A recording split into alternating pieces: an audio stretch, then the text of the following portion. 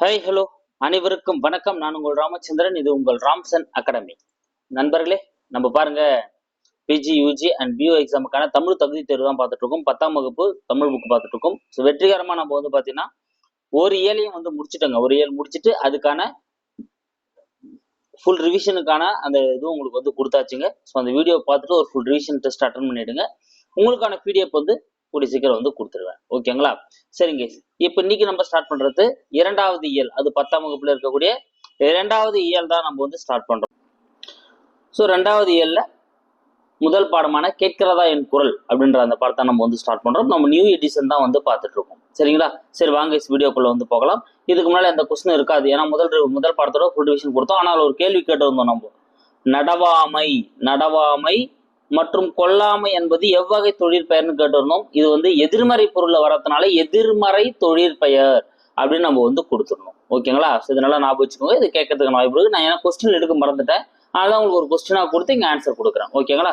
சரி, இந்த வீடியோக்கான 10 கொஸ்டின் பார்க்கலாம். ஃபர்ஸ்ட் கொஸ்டின் பார்க்கலாம் பாருங்க. உலகம் என்பது ஐம்பூதங்களால் ஆனது என கூறியவர். ஓகேங்களா? உலகம் என்பது ஐம்பூதங்களால் ஆனது என கூறியவர்.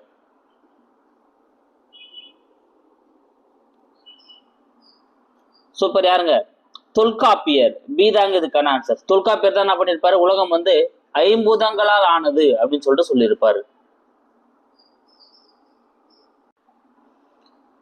ஓகே, அடுத்த கொஸ்டின் பார்க்கலாம் பாருங்க. மூச்சு பயிற்சியை உடலை பாதுகாத்து வாழ்நாளை நீட்டிக்கும் என கூறியவர். மூச்சு பயிற்சியை உடலை பாதுகாத்து வாழ்நாளை நீட்டிக்கும் என கூறியுள்ளவர். சூப்பர். யாருங்க? திருமூலர். திருமூலர் வந்து எதில் சொல்லியிருப்பாரு? திருமந்திரம். ஸோ திருமந்திரம் அப்படின்ற அவருடைய நூலில் தான் என்ன பண்ணியிருப்பாரு, மூச்சு பயிற்சி செய்து வந்தீங்கன்னா உங்களோட உடலை பலமாக்கி என்ன பண்ணும், உங்களோட வாழ்நாளை நீட்டிக்கக்கூடிய வேலையை வந்து செய்யும் அப்படின்னு சொல்லிட்டு சொன்னவர் வந்து பார்த்தீங்கன்னா திருமந்திரத்துல திருமூலர் தான் வந்து என்ன பண்ணியிருப்பாரு, சொல்லியிருப்பாரு. அடுத்து தேர்ட் கொஸ்டின்.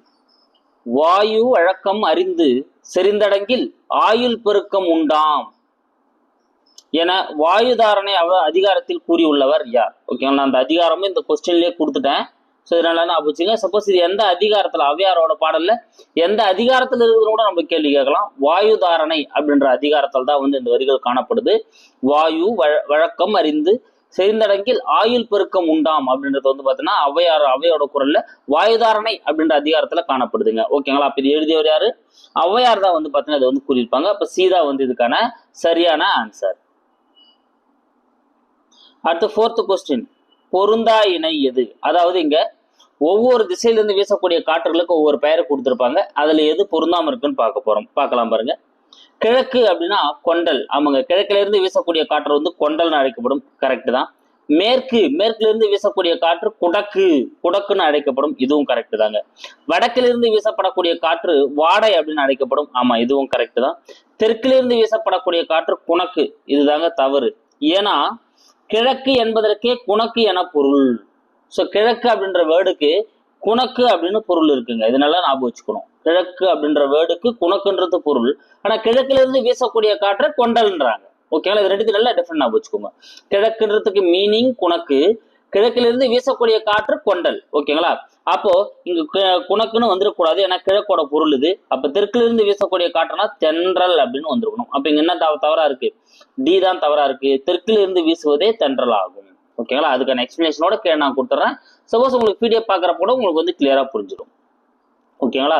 அப்ப கிழக்குனா கொண்டல், மேற்குனா குடக்கு, வடக்குனா வாடை, தெற்குனா வந்து பார்த்தீங்கன்னா தென்றல்னு வரணும். குணக்கு அப்படின்றது கிழக்கு என்பதோட பொருள்.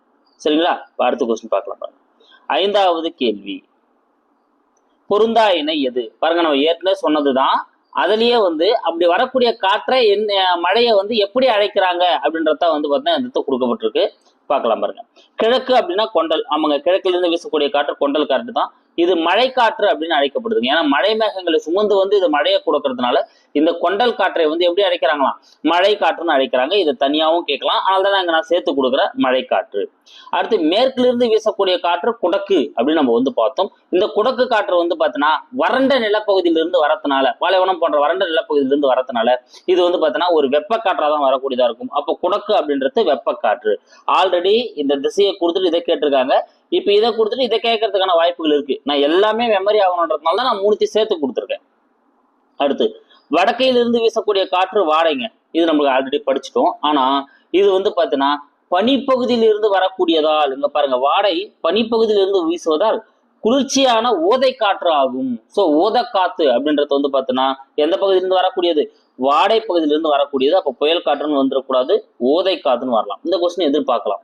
ஓதை காற்றானது எந்த திசையிலிருந்து வருகிறது அப்படின்னு கூட நம்ம கேட்கலாம்.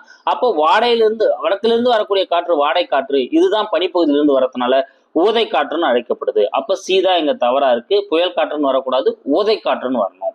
அடுத்து தென்றல், தெற்கிலிருந்து வந்தாலே தென்றலும் தெரியும். தென்றல் எப்படி இருக்கும்?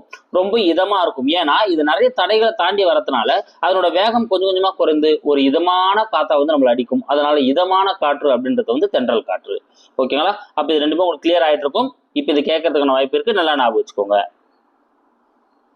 அடுத்து 6வது கேள்வி.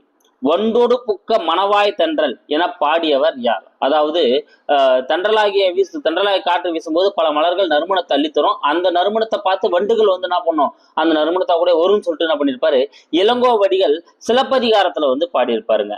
ஓகேங்களா? சோ இளங்கோவடிகள் சிலப்பதிகாரம், இளங்கோவடிகள் சிலப்பதிகாரம் எந்த நூலுன்னு கேட்டாலும் சிலப்பதிகாரம் எடுத்துருங்க, யாருன்னு கேட்டாலும் இளங்கோவடிகள் எடுத்துருங்க. வண்டோடு புக்க மணவாய் தென்றல், என்னதுங்க? வண்டோடு புக்க மணவாய் தென்றல், அந்த மனத்துக்கு ஏற்ற போல வண்டுகள் வந்து வரும் அப்படின்றத சிலப்பதிகாரத்துல இளங்கோவடிகள் குறிப்பிட்டிருப்பாரு.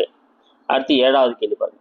பத்மகிரிநாதர் தென்றல் விடு தூது என்னும் நூலை எழுதியவர் யார்? பத்மகிரிநாதர் தென்றல் விடு தூது என்னும் நூல் யாரால் எழுதப்பட்டது? சூப்பர். பலபட்டடை சொக்கநாத புலவர். யாருங்க? பலபட்டடை சொக்கநாத புலவர் தான் வந்து பாத்தீங்கன்னா பத்மகிரிநாதர் தென்றல் விட தூதை வந்து எழுதியிருப்பாரு. அப்ப சீதா வந்து இதுக்கான ஆன்சர். பத்மகிரிநாதர் தென்றல் விட தூது யார் எழுதியிருக்காரு அப்படின்னா பலபட்டடை சொக்கநாத புலவர் தான் வந்து எழுதியிருக்காரு. அடுத்து 8வது கேள்வி. நந்தமிழும் தன்பொருணை நன்னதியும் சேர் பொறுப்பிற் செந்தமிழின் பின்னுதித்த தென்றலே. பாருங்க, நந்தமிழும் தன்பொருணை நன்னதியும், சோ நல்ல தமிழும் பொருணை நதியும் சேர்பொறுப்பிற் செந்தமிழின் பின்னுதித்த தென்றலே அப்படின்னு சொல்லிட்டு என்ன பண்றாங்க, இவர் தென்றலையே வந்து என்ன பண்ணிருக்காரு, தூது விட்டுருக்காரு. அதுதான் பத்மகிரிநாதர் தென்றல் விடு தூது அப்படின்னு சொல்லப்படக்கூடியது. இதை எழுதியவர் யாருங்க? பலபட்டடை சொக்கநாத புலவர். அப்ப இதுக்கான ஆசிரியர் பலபட்டடை சொக்கநாத புலவர். ஓகேங்களா? அப்போ பத்மகிரி தென்றல் விடு தூதுல என்ன பண்றாங்க, பெண் ஒருத்தி வந்து தென்றலையே தூது விடுறா போல வந்து எழுதப்பட்டிருக்கும். அதை எழுதியவர் வந்து பலபட்டடை சொக்கநாத புலவர். அடுத்து 9வது கேள்வி. நளியிரு முன்னீர் நாவாய் ஓட்டி வழிதொழில் ஆண்ட உறவோன் மருக கலியில் யானை கரிகால் வளவ. நளியிரு முன்னீர் நாவாய் ஓட்டி, அதாவது கப்பலாகிய அந்த காற்றை வச்சுதான் என்ன பண்றாங்க, அந்த கப்பல்கள் வந்து ஓடுது. வழிதொழில் ஆண்ட உறவோன் மருக எனும் வரி எந்த நூலில் இடம்பெற்றுள்ளது? இந்த வரி வந்து எந்த நூல்ல வந்து இடம்பெற்றிருக்கு அப்படின்னா புறநானூரில் இடம்பெற்றுள்ளது. பி தாங்க இதுக்கான ஆன்சர். புறநானூர்ல இருக்கக்கூடிய 66வது பாடல் தான் வந்து பார்த்தோன்னா இந்த நளியிரு முன்னீர் நாவாய் ஓட்டி வழிதொழில் ஆண்ட உறவோன் மருக கலியில் யானை கரிகால் வளவ அப்படின்னு சொல்லிட்டு என்ன பண்ணியிருக்காங்க, இதுல வந்து சொல்லியிருப்பாங்க. ஓகேங்களா? அப்ப அந்த காற்றை வச்சு என்ன பண்ணாங்க, பாய்மர கப்பல்கள் வந்து இயக்கப்பட்டிருக்கு, அதனால இந்த கடலையே கட்டி ஆண்டிருக்காங்க அப்படின்றத வந்து சொல்லியிருப்பாங்க. 10வது கேள்வி பாருங்க, அதே திருப்பி. நளியிரு முன்னீர் நாவாய் ஓட்டி வழிதொழில் ஆண்ட உறவோன் மருக கலியில் யானை கரிகால் வளவ. அந்த லைன் கொடுக்கல, ஏன்னா ஆன்சர் வந்துருதுன்றதுனால. ஏன்னா யாரை பாடி உள்ளது? இந்த நூல்ல வந்து யாரை பாடியிருக்காங்க அப்படின்னா நம்மளுக்கு அதே வந்துருச்சு, யானை கரிகால் வளவ. அப்ப கரிகால் வளவனை தான் வந்து கரிகால் பெருவளத்தை தான் வந்து பாடியிருக்காங்க. யார் வந்து கரிகால் பெருவளத்தை பாடியிருக்காங்க அப்படின்னா வெண்ணி குயத்தியார். யாருங்க? வெண்ணி குயத்தியார் கரிகாலனை வந்து பாடியிருப்பாங்க. அப்ப ஏதா வந்து இதுக்கான சரியான ஆன்சர். வெண்ணி குயத்தியார் புறநானூர்ல 66வது பாடல்ல கரிகால் வளவனை போற்றி பாடியதுதான் நளியிரு முன்னீர் நாவாய் ஓட்டி வழிதொழில் ஆண்ட உறவோன் மருக கலியில் யானை கரிகால் வளவ அப்படின்னு சொல்லிட்டு வெண்ணி குயத்தியார் கரிகால் பெருவளத்தானை புறநானூற்றின் 66வது பாடலை பாடியிருக்காங்க. இதுல வலி அப்படின்றது எதை குறிப்பிடுறாங்க, காற்றை வந்து குறிப்பிடுறாங்க. ஓகேங்களா? சரி, இது 10வது கேள்வி. இந்த 10 கேள்வி உங்களுக்கு ஒரு ரிவிஷன் கொடுத்துறோம் பாருங்க. உலகம் 50 ஆனதுன்னு சொன்னவர் வந்து யாருங்க? தொல்காப்பியர் தான் வந்து சொல்லியிருப்பாரு. அடுத்து மூச்சு பயிற்சியை உடலை பாதுகாத்து வாழ்நாளை நீட்டிக்கும் சொன்னவர் வந்து திருமூலர் திருமந்திரத்துல சொல்லியிருப்பாரு. வாயு வழக்கம் அறிந்து செறிந்தடக்கல் ஆயுள் பெருக்கம் உண்டாம் என வாயு தாரணை அதிகாரத்துல கூறியவர் வந்து ஔவையார். இதுல பொருந்தாம இருக்கிறது எதுன்னு பாருங்க. கிழக்குல இருந்து வீசினா கொண்டல், மேற்குல இருந்து வீசினா குடக்கு, வடக்குல இருந்து வீசினா வாடை, தெற்கிலிருந்து வீசக்கூடிய காத்து தென்றல் அழைப்போம். ஏன்னா கிழக்கு என்பதற்கு பொருள் தான் வந்து குணக்கு அப்படின்னு வரும்.